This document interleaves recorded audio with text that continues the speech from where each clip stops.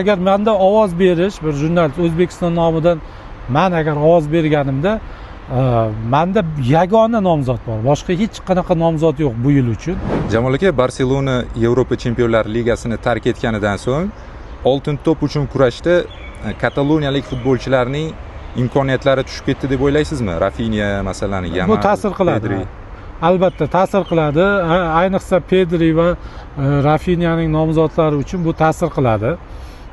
Lekin men o'zim uchun mana shu yarim final, undan oldingi chorak final, umuman mana bu katta o'yinlar bo'lyapti-ku, masalan Barselonaning klassikodagi o'yinlari, boshqa o'yinlarni kuzatib, agar menda ovoz berish, bir jurnalist O'zbekiston nomidan men agar ovoz berganimda, menda yagona nomzod bor. Boshqa hech qanaqa nomzod yo'q bu yil uchun.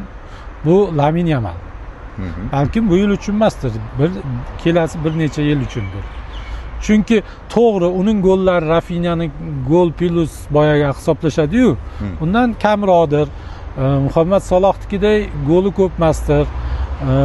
Yana bir boshqa nomdor o'sha nomzod futbolchilar bilan solishtirganda qanaqadir statistikada bir qanaqadir kamroq kilometr yugurgandir, boshqa qilgandir.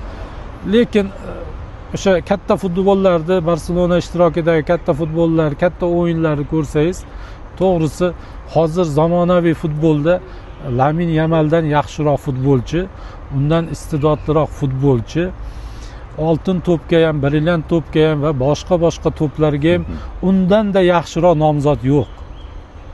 Endi kimgadir yoqmas, kimgadir boshqa qilar, uning futboldan tashqari ba'zi bir qiliqlari yoqmas, boshqa qilmas. Endi bunaqa qiliqlar Messida ham bo'lgandir, Ronaldoda ham bo'lgandir, Peleda ham bo'lgandir, Maradonada ham bo'lgandir. Lekin toza futbolni olsak, men to'g'risi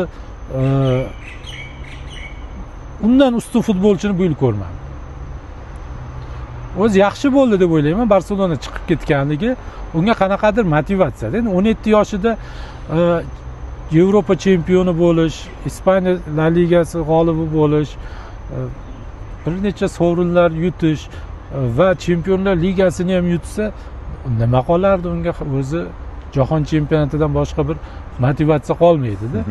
Shuning uchun balkim xayrli bo'lgandir Lamin uchun kechagi mag'lubiyat. Hozirgi kunda masalan shaxsan men uchun Lamin Yamal jahonning eng yaxshi futbolchisi. Unga oltin to'p berishadimi, berishmaydimi, Chempionlar Ligasini u yutadimi, yutmaydimi? To'g'risi menga farqi yo'q. Undan keyingisi Kylian Mbappe deb o'ylayman. Yo'q, Mbappe ham hozirgi bu yilgi Mbappe bilan bu yilgi Laminni solishtirsangiz, yo'q, Laminga yaqin. Hattoki u bilan bir qatorda emasdi hech kim. Endi bu mening o'ta subyektiv fikrim. Bunga qo'shilmaslikka har kimning haqqi bor.